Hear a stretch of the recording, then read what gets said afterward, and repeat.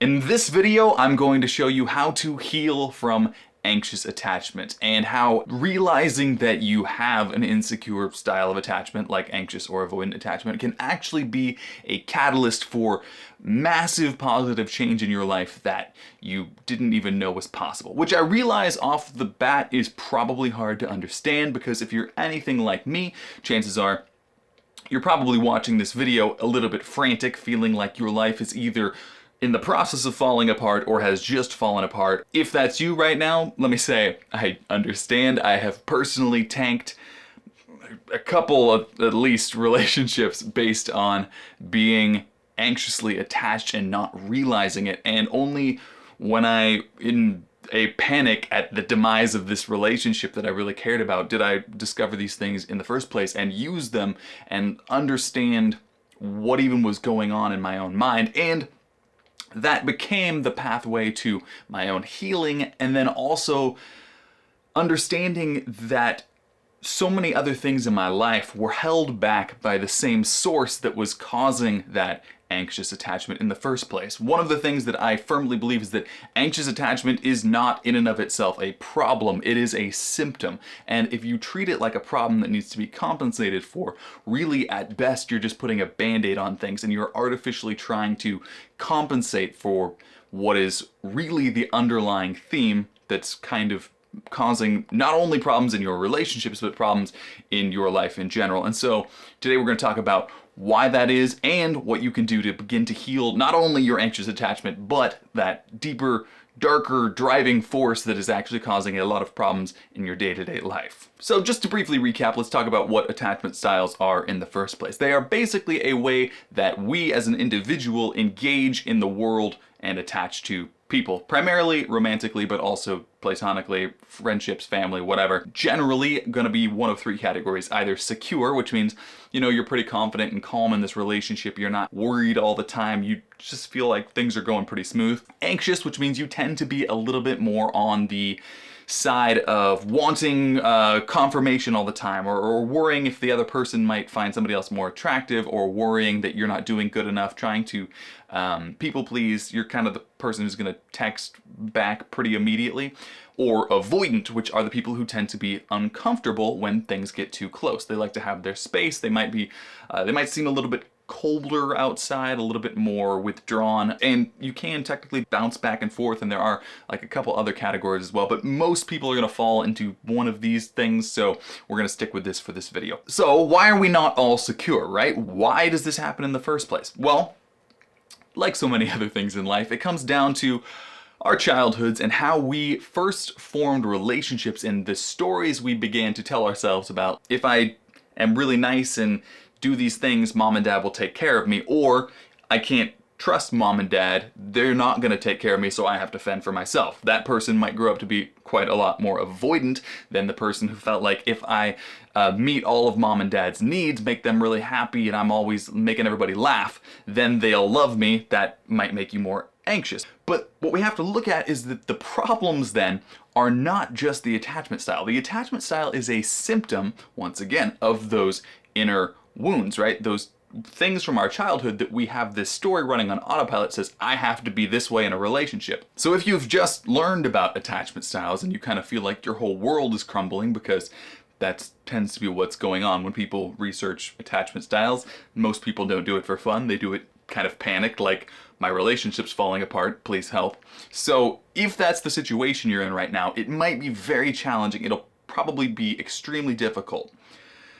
This is an opportunity for you to grow tremendously and transcend boundaries that you did not even perceive, that have been holding you back for years, not only in relationships, but in life in general. You see, if you are insecurely attached, specifically if you're anxiously attached, because that's the one I can speak to through my own experience, when you're going through life, you tend to have this inner dialogue, whether you are consciously aware of it or not, might be running on autopilot, the one that tracks all the way back to your childhood, that says, if these people tell me I'm okay, then I get to feel okay. So you might find yourself being a people pleaser, or a nice guy, nice girl. You might find yourself having a hard time setting up boundaries, having a hard time communicating vulnerable authenticity things. You might find yourself kind of putting on a pretty face on a resume. You might be a perfectionist. You might go into these situations and you'll kind of gloss over the more negative things about yourself. You'll try to appear perfect in relationships. These, once again, these are all kind of the things that are associated very heavily with anxious attachment, but more importantly, these are the things that stem from a deep-rooted abandonment of self. And this is one of the trippiest things about feeling that fear of abandonment, which is at its core one of the things that causes anxious attachment. We are terrified that we will be abandoned, right? At least that was mine. You might have a similar thing or a couple variations, but in general, the root fear that is associated with the anxious attachment style is going to be that fear of abandonment, that fear of like, I'm gonna screw it up, I'm not good enough, I'm not lovable, I'm not worthy, they're gonna find out, they're gonna leave me, so what I have to do is I have to go around trying to make them as happy as possible. I have to go make sure that they have everything they need, and then it's very confusing when in a relationship it falls apart, because you feel like, I tried my very best. I did everything I could to make sure that this person would love me. But in a way, that is manipulation, because what you're actually trying to do is meet the need of that internal void that doesn't feel okay, right? That inner child who feels abandoned, worthless, and wants somebody else to give them that value, give them that validation. The crazy thing that people who fear abandonment do is they abandon themselves. We are so terrified of rejection that we reject ourselves first so that nobody else ever has the opportunity to. So, for instance, we cover up things that we perceive to be our insecurities. If you are constantly going around trying to appear to be something other than you are, or than you genuinely feel, firstly, you are being deceptive and kind of manipulative to the other person. No matter how common that is, you have to accept that that's actually what's happening. And then secondly, you are rejecting your genuine self. You have decided that this person won't like that.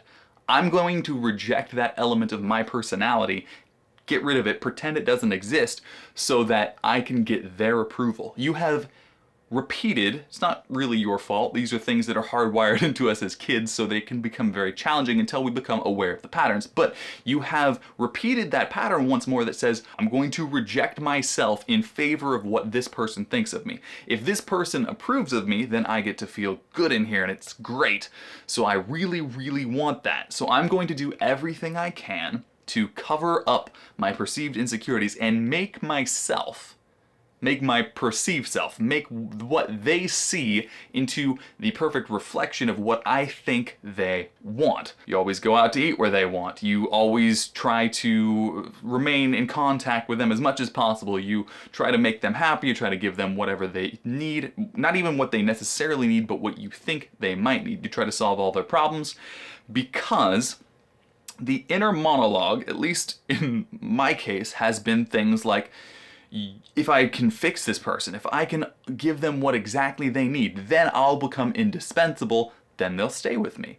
Because we do not, as the anxious attachment, or to be honest, the avoidant either, but that's separate, as the anxious attachment, we do not have the internal integrity to have a sense of self that is strong. So the value of the other person liking us is more important to us than us liking us, because we have that wound which says we are unlovable. We are, everybody's gonna abandon us or whatever. And that terrifying fear that is within us becomes this thing that we have to protect, right? So I can't let this person see who I really am or they'll leave me. We reject ourselves. We decide that we're not good enough. Who I am, fuck that, they're not gonna like that. So what I have to do is tailor this chemical mixture to create a scenario where this person will stay with me, where they'll like me, where they will be with me. What this does though, it might work in the short run, might work for a while before becoming dysfunctional, but the problem is you actually never get to feel okay inside. You're still going around chasing that external validation because you are now conditionally okay. You say, this is great. You might think like, conditionally okay. No, I felt great while that relationship was going. That's the condition. The problem is that you do not actually feel good. You have become, as an anxious attached person, I became to an extent, an emotional vampire, because you are trying to draw your own sense of well-being from that other person. You get to feel okay as long as they are giving you the proof that you're lovable. But as soon as that becomes something that is in jeopardy, the anxiety of anxiousness kicks up. All of a sudden, this source of feeling whole and complete, which is great, right? The source of that is this external person. Once they start to do something that you don't like, you can become very manipulative. And it's not personal, it's not something you intentionally do to manipulate, I hope not, but it is something that is intrinsically a reaction because all of a sudden you feel that lifeline to feeling okay within yourself getting tugged out, and you're like, oh my god, no, this has to be this way or everything's gonna be ruined. Probably not a very rational perspective, but absolutely how I felt in relationships when I felt that insecure attachment kicking up. When you feel like things are going to start to shift, things are going to start to change, and you can't control that other person will still be there or still feel the same way about you. And generally this becomes, at least in my experience, a kind of death spiral in a relationship where you'll try to do more and more and more to make the other person like you, and it will have less and less and less effect because you are being, paradoxically, less and less genuine. You actually start to fully abandon yourself. You might have let them in a little bit, but now you go, oh shit, I can't have any of this. I gotta do only what they like, and any conflict in the relationship becomes terrifying to you. Any boundaries, anything you'd set up within yourself, that goes out the window because that anxiety says, this thing that I need to feel okay is going away. We can't have that. I need that back. So, how can you heal? How can you move forward and actually become a better, stronger person? Well, here's the thing. Before you noticed that you were insecurely attached, anxiously or avoidant, before you noticed that you felt this way or you needed these things, before you watched this video, you were doing all of these things and you didn't know why. You just did them. You thought that's how you had to be. And it is not.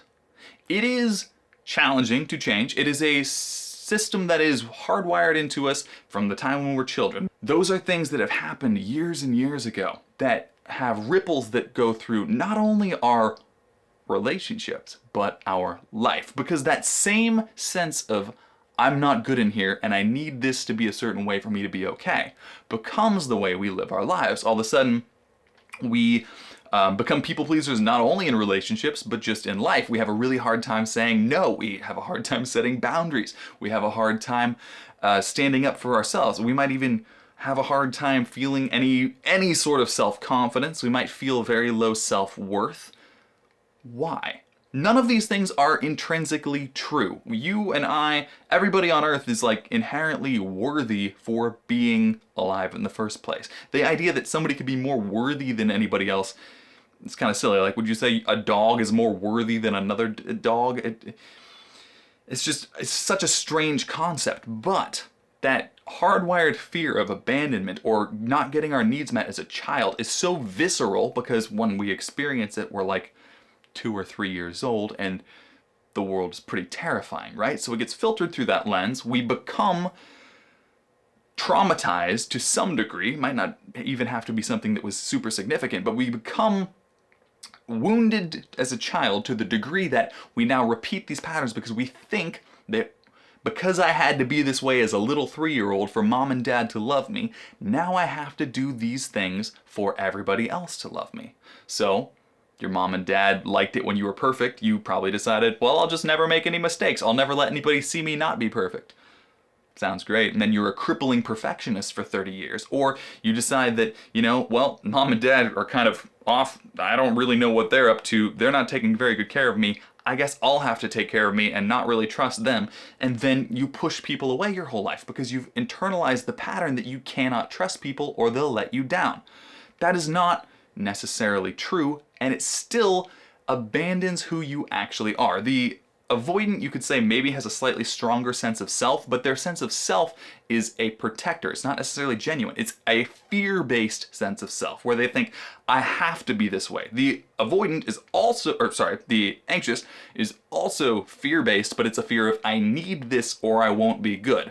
The avoidant is more like, if I have this, then I won't be in control. Both want control in a weird way to feel good, which means they don't have their own permission. They're still running from that sense of self that would ultimately fix either problem. And that is the core issue that must be addressed in order to heal and grow. You must go back into your past and begin to unravel and heal from those childhood wounds, because the very concept that makes us feel worthless or unlovable or like nobody will ever take care of us, we can't find the things we need in life, we are going to be abandoned no matter what, those are not very rational, and they leave us open to actual experiences where we will be repeatedly abandoned. We weirdly can experience, through our fear, we create the reality which we so desperately fear in the first place. Very strange. But for example, as the anxiously attached, I, found a relationship with a girl I really, really liked. Everything was perfect. Everything was perfect. I did not feel okay in here. I constantly felt like, man, she's so great. I'm just a loser. The feeling of the validation from the relationship did not fix the internal wound. At best, it's like a little drug. It's like a little hit of dopamine that makes you feel better, but it doesn't fill the pit. It's like drinking to avoid your problems, which, incidentally, why do so many people do? Why do we have so many prescription medications, but also just people medicating themselves? Alcohol, drugs, work addictions, exercise addictions. Why do people have media addictions? People are afraid of feeling that inner not okayness, right? The feeling of, I'm not very good in here, right? That is a symptom of the same problem. So, what you can do to heal and move through this anxious attachment, and it's challenging, don't get me wrong, like I said, I've had relationships ruined by this, but I must say, I am very grateful for the experiences that I have had as a result that caused me to unravel these threads, because they have led me to a different level of acceptance of self that I would have previously thought impossible. I would have never known that this sort of reality could exist, where I feel much more calm and centered within myself without the need for that external validation. I no longer crave it to the same extent.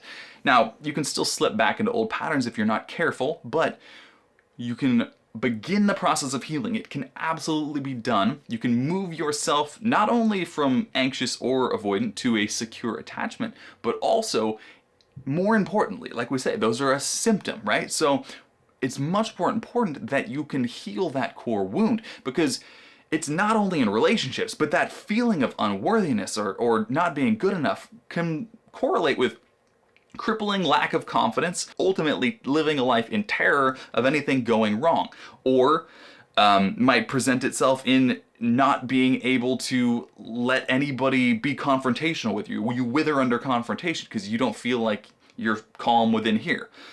All of these things and more are a symptom of that inner void within yourself, where it just doesn't feel very good in here, right? So the question isn't, how do I become securely attached? The question is, how do I make it feel okay in here? Because then the securely attached part is normal. That's just what it is. But it's because we don't feel okay in here that we say, I need that. Or, you know what, if that person gets too close, I can't have it.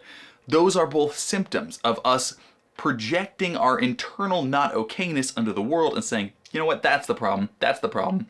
But be honest with yourself and with me, how many times has that ever really solved it?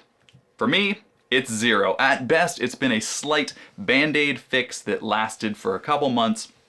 A couple months where I felt surface level okay, but internal insecurity. Like, man, this person's so great. This relationship's so amazing. I hope nothing bad happens. You start projecting fears like, what's gonna happen? Oh, what do they call it? Foreboding joy, where you don't allow yourself to even feel good in the moment because you're projecting that something might happen badly because you don't feel worthy. The feeling of unworthiness, or that fear of abandonment, or that fear of somebody trying to control you, maybe if you're more on the avoidance side, those fears from childhood are the actual problem.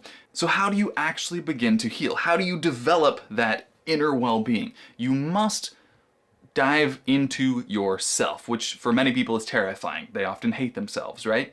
People have a really hard time with themselves. You must look at yourself. You must unravel those patterns that have been running on autopilot. You have to go back into your childhood wounds and heal them and realize you have always been worthy. You have always been good enough. You have always been okay. And here's the thing, even if people in relationships have said, you know what, you're the problem, you're the reason I'm leaving you, blah, blah, blah, blah, blah. You know, sometimes there are some scenarios where that's true, but in the vast majority of cases, it's their own projection based on them not feeling okay and their own wounds that says, this person has to do this, then I get to feel okay. They're so caught up in wanting to feel okay within themselves, just like you, that they are so focused on that feeling that anything threatening it becomes very dangerous. Just like people who are anxious, when things are threatened in a relationship, they get all freaked out, right? Same thing with other people. There are a lot of attachment style videos out there that are like how to, you know, get your ex back, or how to